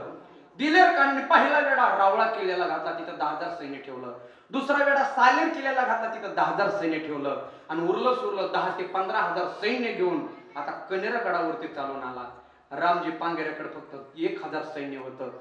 जगातली नाही, भारतातील सगळ्यात विरुद्ध लढाई होणार होती 10,000 विरुद्ध फक्त 1000. त्यातले देखील रामजी पांगेऱ्याने 300 मावळे गडावरती पाठवले लहान मुलाचं, स्त्रियाचं रक्षण करण्यासाठी. आणि ऐका, फक्त 700 मावळ्यांना घेऊन तह ठोकला गडाच्या पायथ्याला.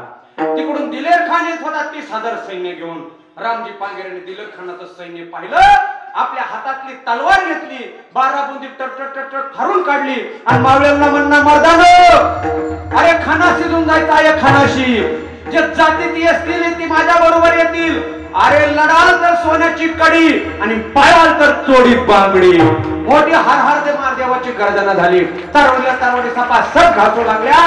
3 तास रणकंड मानलं, रक्ताची नद्याच्या वाहू लागल्या, प्रेताची ढीपच्या ढीप पडले. अवघ्या 3 तासामध्ये फक्त 7 मावळ्यांनी 5,000 मुघल सपासप कापून काढले. राहिलेल्या 5,000 मुघलांनी रामजी पांगेऱ्याचा अवतार बघितला. दिलेर खानाला रामजी पांगेरा दिसत नव्हता, तर पुरंदरचा मुरारबाजी दिसत होते. रायगडावरचे छत्रपती शिवाजी महाराज दिसत होते. पाहता काय महाराज, त्या रामजी पांगेऱ्याच्या शौर्यापुढं दिलेर खान सुद्धा पायपिटी घेऊन पळून गेला. पण ती मन एकदा परत सार्थक झाली. गड आला पण सिंह गेला महाराज. त्याच युद्धामध्ये रामजी पांगेरा धारातीर्थी पडला. हे जेव्हा छत्रपती शिवरायांना बातमी कळाली ना, निष्ठा कशी असते बघा, स्वराज्य कसं निर्माण झालं बघा. ही जेव्हा बातमी छत्रपती शिवरायांना कळाली ना, त्यावेळेला काही मोजक्या मावळ्यांना घेऊन छत्रपती शिवाजीराजे रामजी पांगेऱ्याचे छोटास गोजराई नावाचं गाव, 20-25 गोजराई, 20-25 लोक वस्तीचं. महाराज रामजी पांगेऱ्याच्या वडिलाचं वय आहे 80 वर्षाचं वय. त्यांचं नाव आहे मारुती पांगेरा. शिवाजीराजे त्यांना मारुती मामा म्हणायचे बरं का. सांत्वन भेट द्यायला तेव्हा छत्रपती शिवाजीराजे गेले ना, काहीतरी यांना संसाराला उपयोगी वस्तू भेटावे म्हणून एका पिशवीमध्ये सोनं नाणं घेऊन चालले. बरोबर गेले. मारुती मामाची नजर कमजोर झाली होती, पण आवाज कमजोर झाला नव्हता. घोड्याच्या टापावरून अंदाज लावत होते घोडे मुघलांचे का शिवाजीराजेचे. काय असं महाराज तेच कानातलं लक्षात आलं. घोड्याचा आवाज आला, कान देऊन ऐकलं तर टापाच्या आवाजातून ओळखीला आपले राजे आले. छत्रपती शिवाजीराजे जेव्हा गोजराई गावामध्ये गेले ना, त्यावेळेला वाटा खरखर झाडून काढला, बसायला टाकलं. 2 मिनिटं बोलणं झालं. शिवाजी राजाने इशाऱ्याने खुणवलं, पिशवी आणलेली द्या म्हणून सेवकाला. जशी पिशवी पाहिली, मारुती मामाने 2 पावलं पाठीमागे केले, सांगितलं, राज, माझा रामजी या पिशवीसाठी मेला का? माझा रामजी स्वराज्यासाठी मेला. माझा रामजी स्वराज्यासाठी शहीद झाला. राजा म्हणतात, मारुती मामा वय झालंय, संसार आहे, काहीतरी घ्या ना, काहीतरी घ्या ना. मारुती मामा म्हणतात, राज, मला द्यायचंच असेल तर एक वचन द्या. काय मागितलं मलाही सांगायचंय, एक वचन द्या. काय मारतात मारुती मामा 80 वर्षाचे, मुलगा स्वराज्यासाठी कामी लागल्याच्या नंतर मारुती मामा म्हणतात, शिवाजीराज तसा माझा मोठा मुलगा रामजी स्वराज्याच्या कामी लागला ना, तसा आवाज दिला रुपाजी, तसा 25 वर्षाचा तर्राबान मुलगा पळत आला. मारुती मामाने राहिलेल्या मुलाचा हात धरला, शिवाजी राजाच्या हातात दिला आणि सांगितलं, राज जसा माझा थोरला मुलगा स्वराज्याच्या कामी आला तसाच हा रुपाजी सुधी कामी लावा, पण स्वराज्य भेटलं पाहिजे. एवढंच नाही राज, रुपाजी गेला तरी जाऊ द्या, हा 80 वर्षाचा म्हातारा अजून गादा घेऊन लढायला तयार आहे. असे मावळे जोडले होते बघा. म्हणून तेव्हा स्वराज्य निर्माण झालं. म्हणून छत्रपती शिवरायांच्या जीवनावरून आपल्याला एक लक्षात घ्यायचं, शिवाजी राजे कोणत्या जातीचे नव्हते, कोणत्या धर्माचे नव्हते. शिवाजी महाराजांची लढाई हिंदू विरुद्ध मुघल नव्हती, धर्म विरुद्ध अधर्म होती, हे लक्षात ठेवा. राजकारण करणारे लोक मुघलांविरुद्ध हिंदू कोण राजकारण करतात. स्पष्ट सांगतो, ज्या ज्या ठिकाणी अधर्म वाढेल त्या त्या ठिकाणी शिवाजी महाराज आजही अवतार घेतल्याशिवाय राहणार नाही, घेणार नाही. धर्माविरुद्ध लढाई होती. शिवाजी महाराज आपण जयंती साजरी करतो आहे का नाही, शिवजयंती. म्हणून सगळ्याला माझी कळकळीची विनंती आहे, आपल्या नाशिक जिल्ह्यात तर शिवजयंती साजरी करतातच, पण एक जाता जाता सांगतो दादा हो, शिवजयंती नाचून साजरी करण्यापेक्षा शिवचरित्र वाचून साजरी केली पाहिजे. तेव्हा हे हिंदू स्वराज्य घडल. आज खऱ्या अर्थाने गरज आहे हो, खऱ्या अर्थाने गरज आहे. महाराज ताजमहल बांधला शहाजाने, बोलून जातो बरं का, ताजमहल बांधला शहाजाने, पण दुसरा ताजमहल बांधू नये म्हणून हात कापले. रायगड बांधला आमच्या हिरोजी इंदुलकरांनी, आणि रायगडाला नाव दिलं सेविसी तत्पर हिरोजी इंदुलकर. हे शिवाजी महाराजांचं स्वराज्य. ज्यांनी किल्ला बांधला त्याच्या नावाचं नाव कोरलं, ज्यांनी ताजमहल बांधला त्याचे हात कापून टाकले. हा त्या काळातला फरक आहे. म्हणून आज छत्रपती शिवरायांचं राज्य येणं सध्या काळाची गरज आहे. छत्रपती शिवरायांची बुद्धी गरज आहे, छत्रपती शिवरायांची नीती गरज आहे. आणि हे सगळं करण्यासाठी आपल्याला अगोदर छत्रपती शिवरायांचा इतिहास कळणं सगळ्यात मोठी काळाची गरज आहे. बघा, दोनच शूरवीर झाले, एकाने आपल्याला धर्मासाठी कसं जगावं शिकवलं ते म्हणजे छत्रपती शिवाजीराजे, आणि एकाने आपल्याला धर्मासाठी कसं मरावं ते शिकवलं ते म्हणजे छत्रपती शिवरायांचा छावा धर्मवीर संभाजीराजे.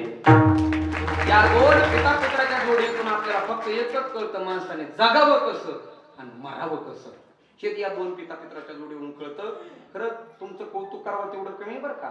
गाव एवढं छोटस आहे ना आपल्या परिसर आहे का नाही, पण एवढ्या मोठ्या गावात, एवढ्या छोट्या गावामध्ये 38 वर्षाची परंपरा आहे बघा. म्हणून एकदा ही सगळी कमिटी मंडळी ना, पुन्हा एकाचं नाव नाही, एकल्याचं नाव हे खेळ आणि मनवणी मेळ मिळेल. एकदा या कमिटी मंडळीसाठी स्वागत म्हणून एकदा टाळ्या वाजवा. खरंच सुंदर सप्ताह. गेल्या वर्षीच्या अनुभवाला, या वर्षीच्या अनुभवाला, कार्य कोणतंही असू द्या, सप्ताह असू द्या, लग्न असू द्या, वाढदिवस असू द्या, काही असू द्या, मार्गदर्शक चांगले असावे लागतात. सप्त्याचे मार्गदर्शक चांगले असले तर सप्ताह चांगला होतो. जीवनाचा मार्गदर्शक असला तर जीवन चांगलं घडतं. महाभारत सगळ्यात मोठं युद्ध झालं भारत देशामध्ये. महाभारत, एका बाजूने 5 पांडव होते, एका बाजूने 100 कौरव होते, पण विजय कोणाचा झाला? पांडवाचा. का बरं? पांडवाचे मार्गदर्शक भगवान श्रीकृष्ण होते आणि कौरवाचे मार्गदर्शक कोणी मामा होते. हे लक्षात घ्या. हा, मार्गदर्शक भगवान श्रीकृष्णासारखे असावे लागतात आणि आपल्या सप्त्याला ते भेटलेले आहेत. सगळे आपली संतभूमी आहे, सगळे कमिटी मंडळ असतात, सर्वांना कोटी कोटी धन्यवाद देतो. उपस्थित सर्वच गायनाचार्य, दोन्ही मृदंग वादक, सगळे आमचे जिवलग मित्रमंडळी आहेत. आता सगळ्याचे नावं सुद्धा माहीत आहेत. नावं घेत राहिलो तर जेवण राहील, त्याच्यामुळं थांबतो. सर्वांना कोटी कोटी धन्यवाद देतो आणि थांबतो. झालेली सेवा विश्व चैतन्य भगवान श्री ज्ञानोबा राय, वैराग्य भास्कर जगद्गुरु तुकोबा राय, ग्रामदैवत हनुमान राय यांच्या चरणी अर्पण. आणि याच ठिकाणी सेवेला पूर्णविराम. ज्ञानेश्वर महाबोधी नागराज माऊली महाराज